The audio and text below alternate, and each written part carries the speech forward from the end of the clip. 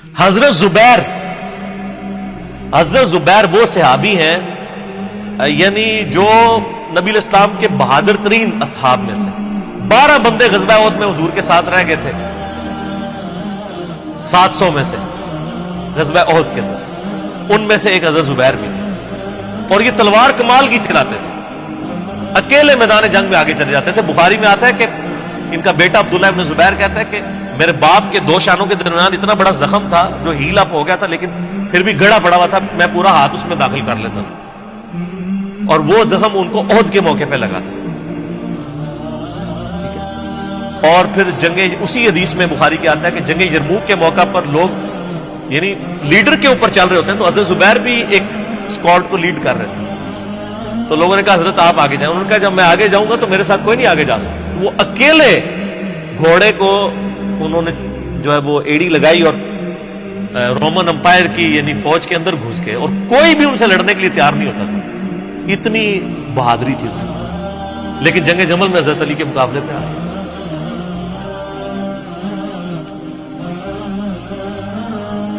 اس تکلیف کا کوئی اندازہ نہیں کر سکتا۔ حضرت حسن ابن علی نے بتایا مولا علی سے کہ بھئی حضرت زبیر آئے ہیں، تو حضرت علی نے کہا کہ رکو میں خود چاہتا ہوں۔ گئے، کہا زبیر یاد ہے وہ دن جب نبی تم مجھ سے بڑا پیار کر رہے تھے، پھوپھی ذات تھے نا،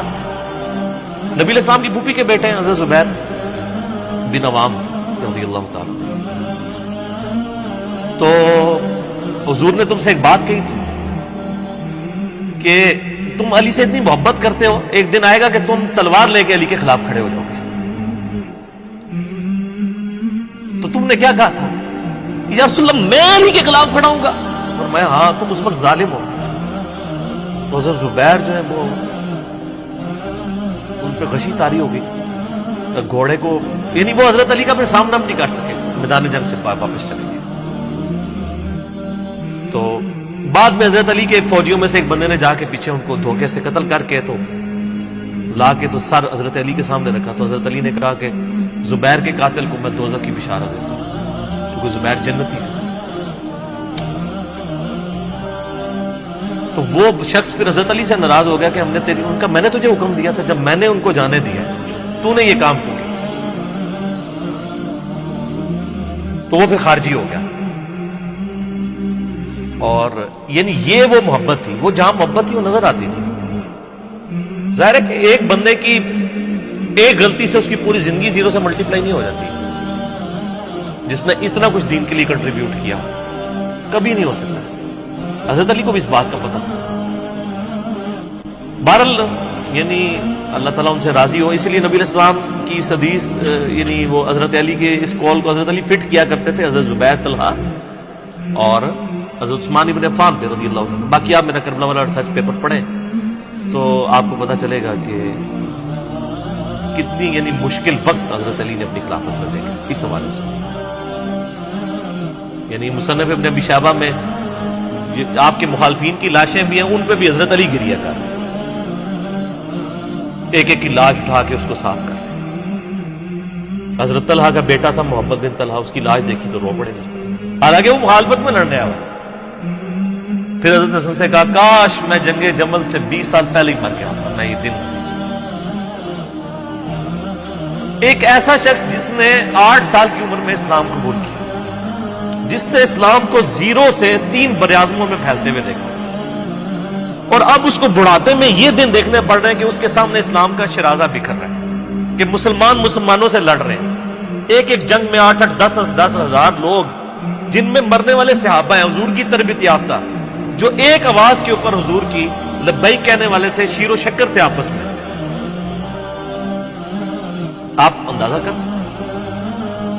اسی لیے حضرت علی جو ہیں وہ یعنی کوفے میں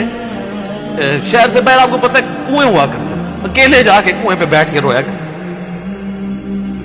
کہ اللہ اس امت کے ساتھ کیا ہو گیا۔ کوشش کرتے رہے، اینڈ رزلٹ یہ ہے کہ وہ خلافت کا نظام۔ اسی لیے مصنف ابن ابی شیبہ میں آتا ہے کہ آپ نے فجر اور عشاء کی نمازوں میں قنوت نازلہ پڑھی، اللہم علیک بمعاویہ و اشیاءہ، اے اللہ معاویہ اس کے شیعہ کو برباد کر۔ علی اور اس کے عمر بن عاص اور اس کے شیعہ کو، ابا سلمی اور اس کے شیعہ کو، قیس اور اس کے شیعہ کو برباد کر۔ باقی احادیث میں آپ علیہ السلام نے جو بشارت کر دی تھی، مسنن نسائی کبریٰ کے اندر حدیث موجود ہے، حاکم کے اندر، کہ نبی علیہ السلام نے حضرت علی سے ایک دن فرمایا تھا، اے علی، اگلی امتوں میں سب سے بڑا بدبخت وہ تھا جس نے قوم عاد کی اونٹنی کو قتل کیا اور اس کے بعد عذاب آ گیا، میری امت کا سب سے بڑا بدبخت وہ ہوگا جو تیرے سر کے خون سے تیری داڑھی کو رنگ دے، اور وہی ہوا ہے۔ اور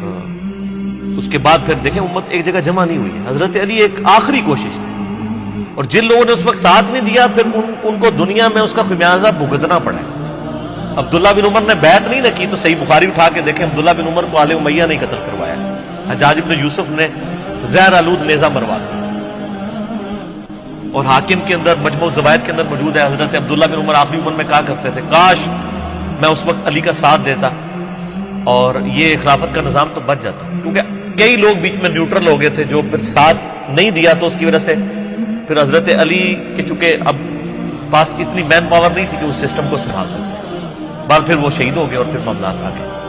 خیر بات کہاں سے کہاں نکل گئی، کیونکہ یہ اس کے ساتھ غل کا لفظ تھا تو یہ غل کے لفظ کو ایڈریس کرنا ضروری تھا۔ تو آج ہم جب جنگ جمل صفین نہروان کو ڈسکس کرتے ہیں تو یہ کوئی غل والی بات نہیں ہے، یہ وہ چیزیں ہیں جو ایک ریالٹی ہیں، اور وہ اگر یہ غل والی بات ہے تو نبی علیہ السلام کے دل میں بھی نعوذ باللہ غل تھا، مولا علی کے دل میں بھی غل تھا، ایسا نہیں تھا، وہ دین کی حمیت کہلاتی ہے، اس کو غل نہیں آپ کہتے۔